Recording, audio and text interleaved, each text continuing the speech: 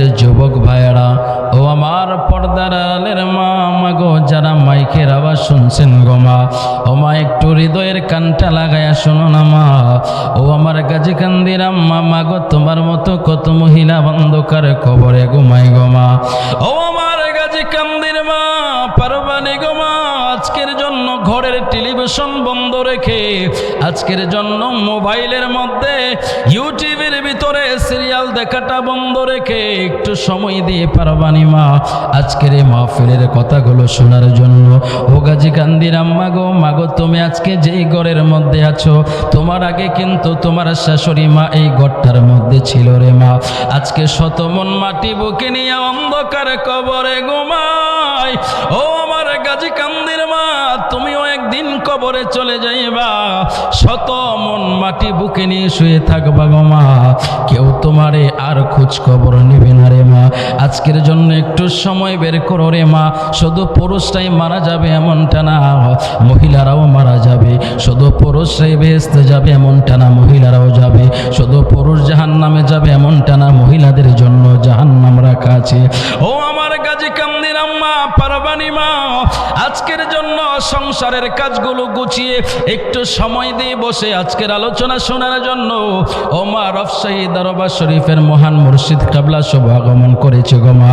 মহান ওলির উসিলাই হতে পারে আমার আল্লাহ জীবনের গুনাহগুলো মাফ করে দিয়ে আপনার কলবটারে মদিনাওয়ালা রাইনা বানায়া দিতে পারে। আমি গাজী কান্দির যুবকদেরকে বলবো, যুবক রে যুবক, আর কত সময় শয়তানের ট্র্যাপের মধ্যে থাকবা, আর কত সময় ফেসবুকে দিবা, আর কত সময় বন্ধু বান্ধবের মধ্যে দিবা, আর কত সময় চাষচলে দিবা। রে যুবক, মরণের কোনো বয়স নাই রে যুবক। যেই কোনো মুহূর্তে আজরাইলের হাতে ধরা পড়ে যেতে পারো। যেই দিন আজরাইলের হাতে ধরা পড়ে যাইবা, তোমার সঙ্গলীলা শেষ হয়ে যাবে। আমি মুরব্বী বাবাদেরকে বলবো, মুরব্বী বাবা, ও গাজী কান্দির মুরব্বী বাবা, দেখো না নিজের বডির দিকে তাকায়া দেখো না বাপ। আস্তে আস্তে করে মাথার চুলগুলো, মুখের দাড়িগুলো সাদা হয়ে গেল। কেমনে হইল? এমনি এমনি হয় নাই। আমার নবী কয়, তোমার চুল দাড়ি পাকলো, তোমার কাছে মরণের সিগন্যাল চলে আসছে। কথা বলেন ঠিক কি? ছেলে বলে বাবা তোমার চুল পেকেছে, মেয়ে বলে বাবা তোমার দাড়ি পেকেছে, আমি বলে আমার মরার চিঠি এসেছে।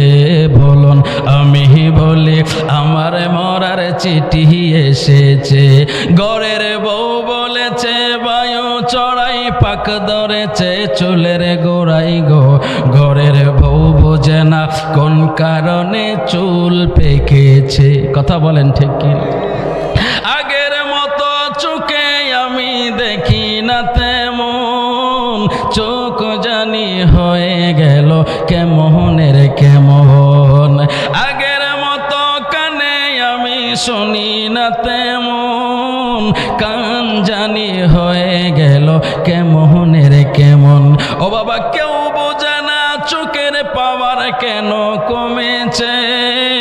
আমি বলি আমার মরার চিঠি এসেছে। কথা বলেন ঠিক কিনা? রে আমার গাজী কান্দির মুসলমান, মুসলমানের এই মরণের কথা স্মরণ করার দরকার। কেউ আল্লাহকে মানুক আর না মানুক, কেউ পরকাল বিশ্বাস করুক আর না করুক, কেউ জাহান্নামকে মানুক আর না মানুক, কিন্তু এটাই সত্য, এটাই অবধারিত, মৃত্যু তার সামনে হাজির হবে। কথা বলেন ঠিক কিনা? এই জন্য বলি মনরে, হঠাৎ আজরাইল এসে ফাঁসি দিবে তোমার গলে, শেষ করিবে অসাদের জীবন, কইরে বলা মন। ওরে দম থাকিতে, দম থাকিতে আল্লাহ নবীর নাম করো স্মরণ, কইরে বলা মন। একবার ভাবলে না তোর হইব রে মরণ। মরণ হইব নি, বাঁচার কোনো সুযোগ আসেনি। রে গাজী কান্দির যুবক, যুবক রে, তুমি যদি আল্লাহকে নাও মানো, কিন্তু আজরাইল তোমার সামনে হাজির হবে। তুমি যদি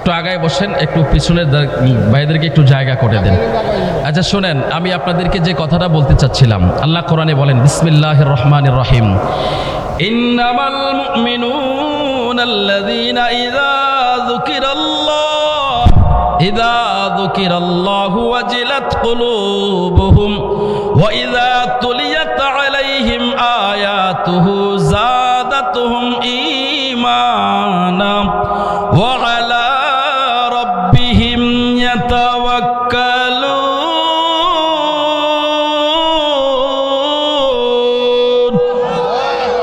আমার আল্লাহ কোরআনের মধ্যে বলেন ইন্নামাল মুমিনুনাল্লাযীনা ইযা যুকিরাল্লাহু ওয়াজিলাত কুলুবুহুম।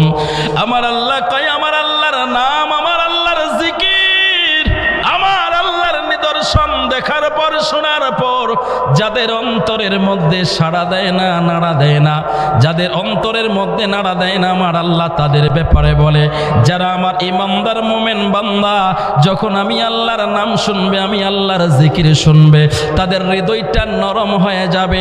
তারা যখন আমি আল্লাহর নিদর্শন দেখবে, যাদাতুহুম ঈমানা, তাদের ঈমান আরো বেড়ে যাবে। জোরে আওয়াজ করে বলেন আল্লাহু আকবার।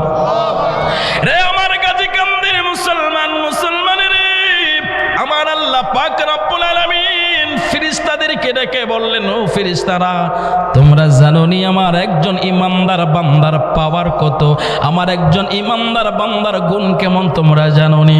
হযরতে জিবরাইল ফেরেশতা সহ সমস্ত ফেরেশতারা আল্লাহকে বলে, আল্লাহ তুমি খালি তোমার ইমানদার বান্দার প্রশংসা করো। জোরে কন্যা সুবহানাল্লাহ।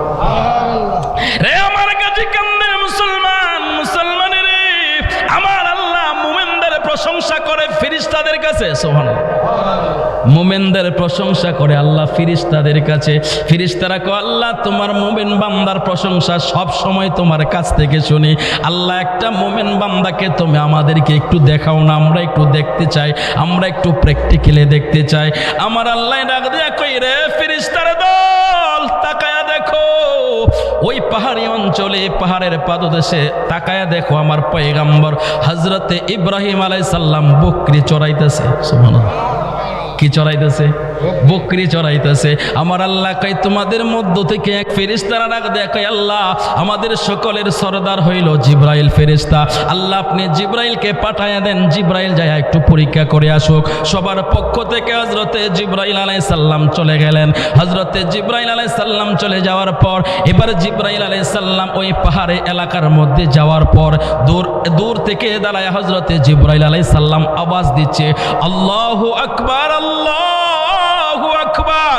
আওয়াজটা শোনার সাথে সাথে হযরত ইব্রাহিম আলাইহিস সালামের ভিতরে কেমন জানি কম্পন সৃষ্টি হয়ে গেল। হযরত ইব্রাহিম পাগলের মতো দৌড়াইতে লাগলো। কে বলেছে আমার রবের নাম? কে নিয়েছে আমার আল্লাহর নাম? কে তুমি? কে আমার আল্লাহর নাম নিয়েছো, আমার মুনিবের নাম নিয়েছো? হযরত জিবরাইল দূর থেকে ডাক দেয়া কয়, আমি নিছি। আরো জোরে বলেন না সুবহানাল্লাহ। হযরত পয়গম্বর ইব্রাহিম ডাক দেয়া কই, ভাই তুমি আমার আল্লাহর নাম এত সুন্দর করে নিয়েছো, যার কারণে আমার ভিতরের মধ্যে একটা নাড়া জেগে গেছে।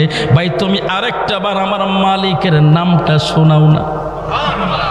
হযরত জিবরাইল ডাক দেয়া কই, আমি তোমার মালিকের নাম নিয়েছি, প্রথমবার আমি ফ্রিতে তোমারে শোনাইছি, কিন্তু এখন আমি ফ্রিতে শোনাইব না। তুমি আমাকে প্রতিদান হিসাবে কি দিবা তা আগে প্রকাশ করো। এবার ইব্রাহিম আলাইহিস সালাম ডাক দিয়া কই, ভাই তুমি যদি আমার মালিকের নামটা আমারে আরেকবার শোনায়া দাও, আমার যতগুলো বকরি আছে সমস্ত বকরির অর্ধেক বকরি তোমারে দিয়ে দিব। আরো জোরে, আরো জোরে। হযরতে জিবরাইল ডাক দিয়ে বলে, তুমি কি বলছো? তোমার বকরির অর্ধেক দিয়ে দিবা? বলে হ্যাঁ। বলে সত্য না মিথ্যা? কয় একদম সত্য।